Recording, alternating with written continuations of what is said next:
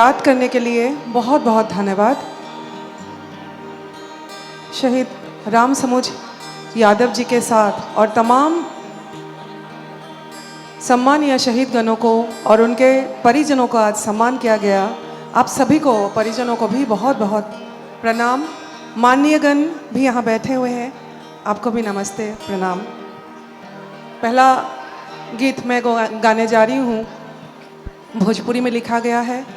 भोलानाथ गहमरी द्वारा लिखित भारत का देसवा शीर्षक ये गीत। आजमगढ़ को भी पूर्वांचल ही कहा जाएगा और देश के अलग अलग क्षेत्र से सीमा पर जो तैनात है हमारे तमाम भाई, उन भाइयों के साथ हमारे पूर्वांचल निवासी भोजपुरिया गण भी सशक्त रूप से खड़े हैं। ये इस गीत का विषय है। कोटि कोटि प्राण होए भारत को देसावा से, अखियाँ के हमारी पुतरिया धरतिया, अजे करे ही माथे बा हिमालय मुकुटिया से, मुखड़ा बउगली अंजुरिया धरतिया।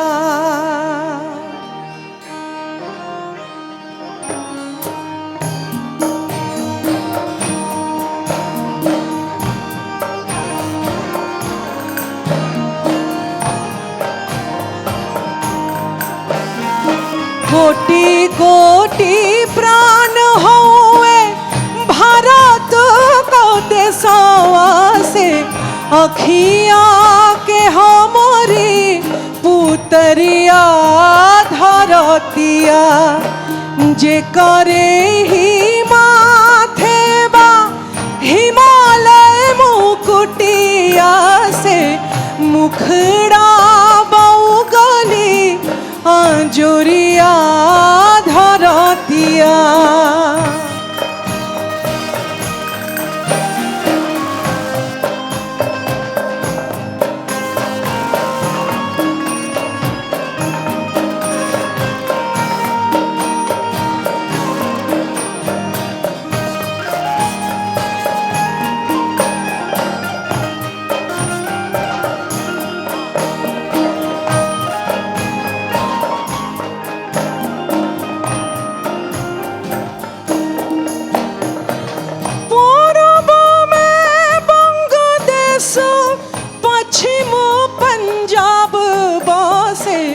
धोवे पाँव सागर के लहरिया धरतिया, पूर्व में बांग्लादेश पश्चिम पंजाब बसे, धोवे पाँव सागर के लहरिया धरतिया।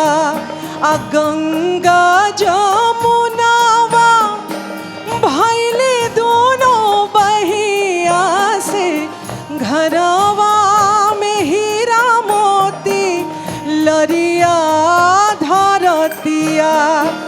कमर में सोहे बिंध के कर धनिया से, कतने के लगली नजरिया धरतिया।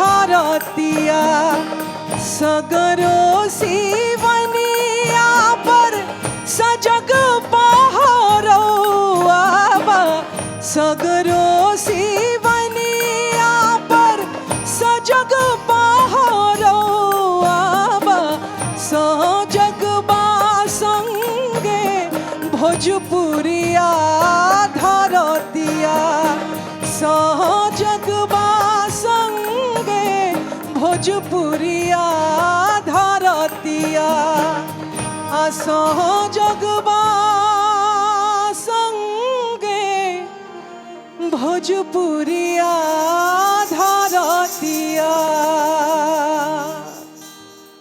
जोरदार ताली बजनी चाहिए। और भोजपुरी बड़े कलाकार की एक बड़ी खासियत होती है, बड़प्पन दिखता है।